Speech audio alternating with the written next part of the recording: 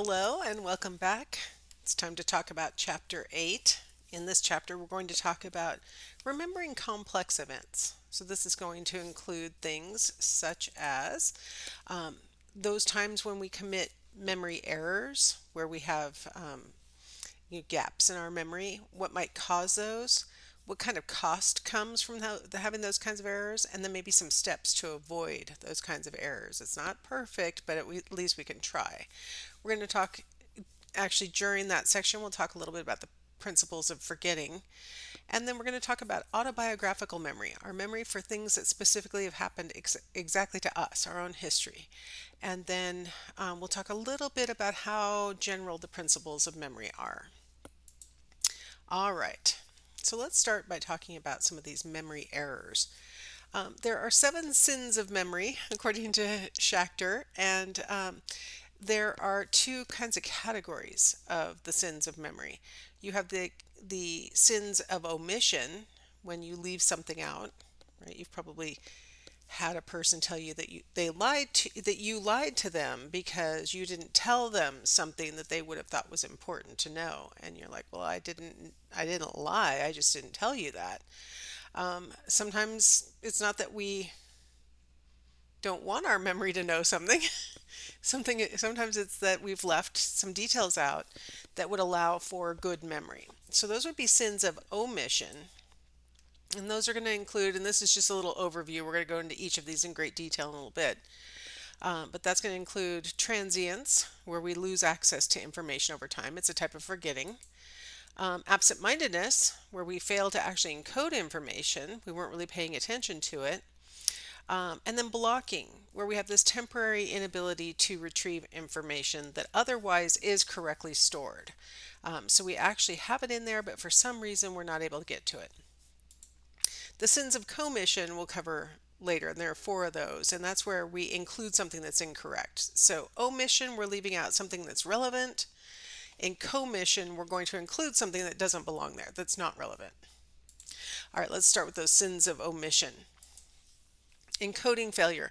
According to a lot of memory researchers, this is actually the number one reason why we forget something. It's not that we actually probably physically forget it, it's that we never encoded it. We never got it deep enough into our memory to store it over time.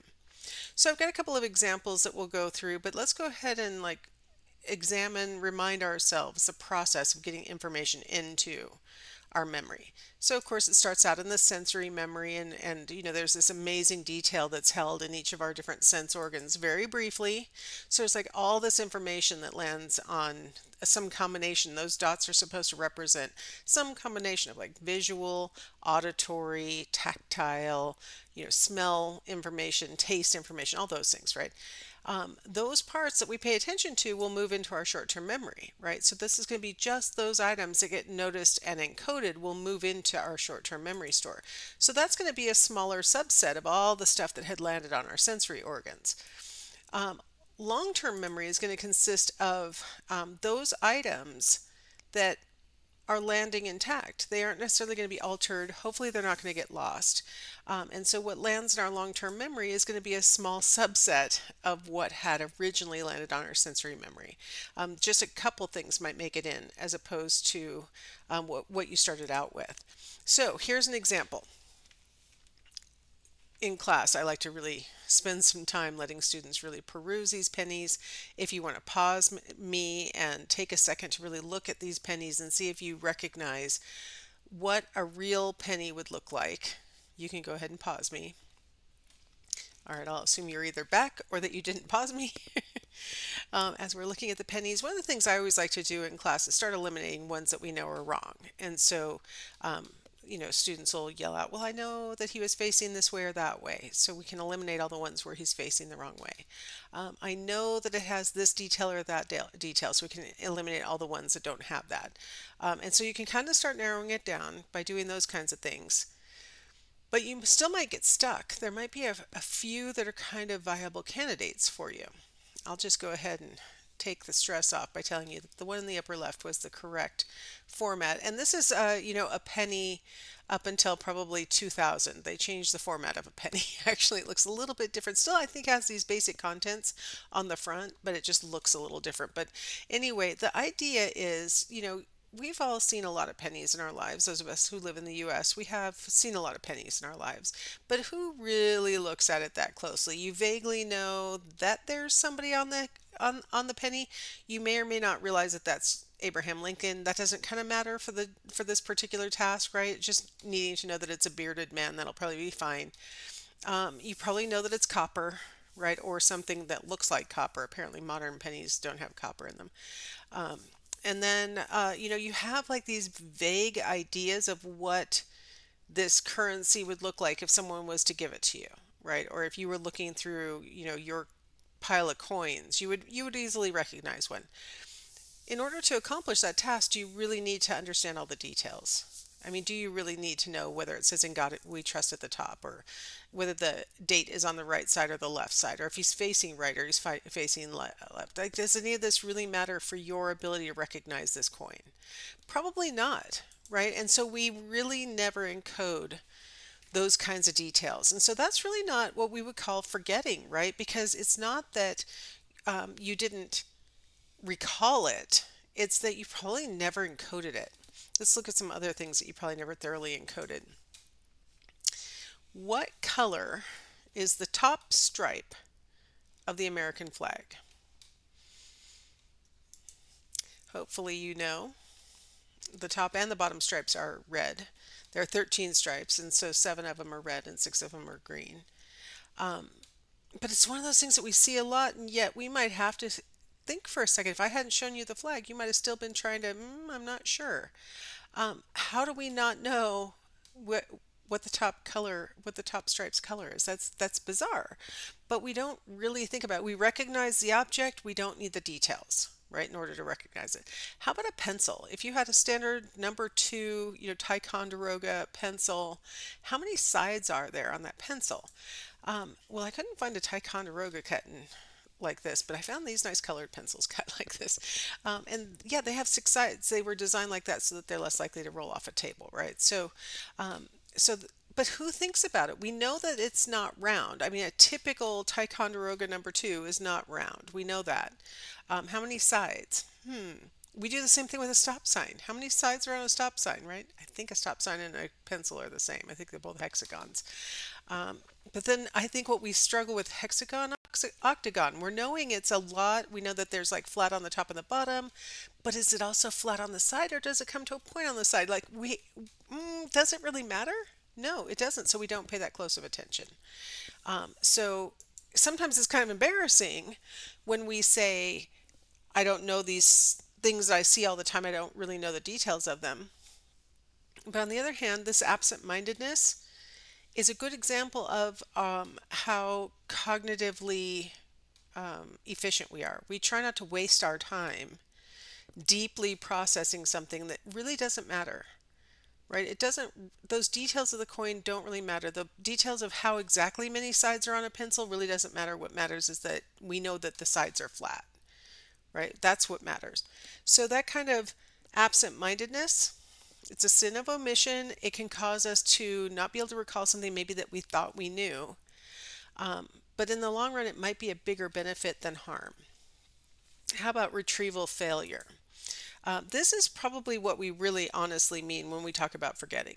When we say, it was in my memory, maybe I've retrieved it in the past, right? I have successfully pulled it out of my memory when I wanted to in the past. So why can't I do it now? Why can't I retrieve that information right now? So this is what we would call actual forgetting, true forgetting. It could be due to transience. The idea of transience is that you stored something in your memory, but then due to lack of use, the connections between those newly formed synapses that you developed through long-term potentiation have weakened. And so now when you go to look for that information, the connections are not strong enough to send you down the right path to find that information. Transience may occur when you literally have lost the information. But I have a hard time saying that because I happen to be in that school of thought that believes once you've made those connections, barring some kind of physical damage to the brain, there's no reason that those connections would go away. They would weaken. I will give you that. They will weaken and become harder to activate and harder to accurately retrieve those details. But I tend to be in that camp that believes that it's probably in there long term. It's going to be, with the right cues, you probably could pull it back out. Now, here's an interesting study. So they looked at people's scores on their Spanish final exam and looked at the percentage of vocabulary that they got correct on that final exam, and that served as their 100%, right? Like, these are the things I knew when I finished this class, right?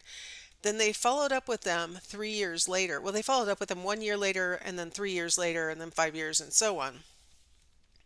By 3 years later, they had lost 60% of the vocabulary that they had originally had. So for some reason, that material became transient. Either it literally was not stored well enough, and so those connections never fully formed, and it's like they never saw it before, or they're having some kind of other retrieval problem, but they cannot retrieve it anymore.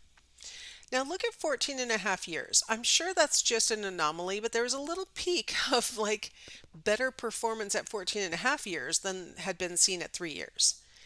And so what I'm wondering about, it's probably just an anomaly. It's not statistically different from the other ones. But what I'm wondering about is whether people may have experienced some rapid relearning experiences. Maybe they went on a vacation and it was in a location that people spoke Spanish, and so the person got some access to the vocabulary that they had previously thought they had forgotten.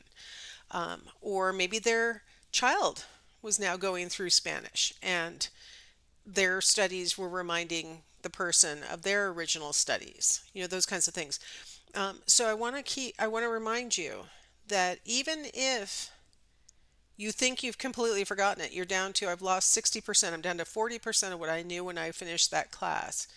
Rapid relearning could bring you up pretty quickly, and rapid relearning might not be purposeful. You might be just, I'm on vacation, or my child is studying that concept now, and all of a sudden your information will start to come back. So I just wanted to point that out. It's not necessarily the case that it's gone, and you can never retrieve it. With the proper kinds of memory strategies, like strategies for pulling that memory out, we may be able to reveal it again. But basically what we should be taking from this picture is that you get this dramatic drop off very quickly in your retention, in your ability to produce that material. And then it stays really stable. Look at that last data point. They were tested 49 and a half years after their last class. And the score then is not much different from what it had been 3 years after the last class. So the transience seems to affect those things that were the most weakly encoded at the beginning, more than likely. The things that were used the least, or that made the least sense to the learner, and so it's gone. It probably wasn't as well encoded. Ooh, my other favorite thing, right? Levels of processing. It probably wasn't as deeply encoded. So that's transience. Another situation that can occur with retrieval failure is there can be something blocking your retrieval. The information may be in there, but you can't get it back out because something's blocking it. Hold on. So yeah, I wanted to make sure where I was. Okay, sorry. So you know what? I'm going to go ahead and stop here, and let's start with blocking in the next video.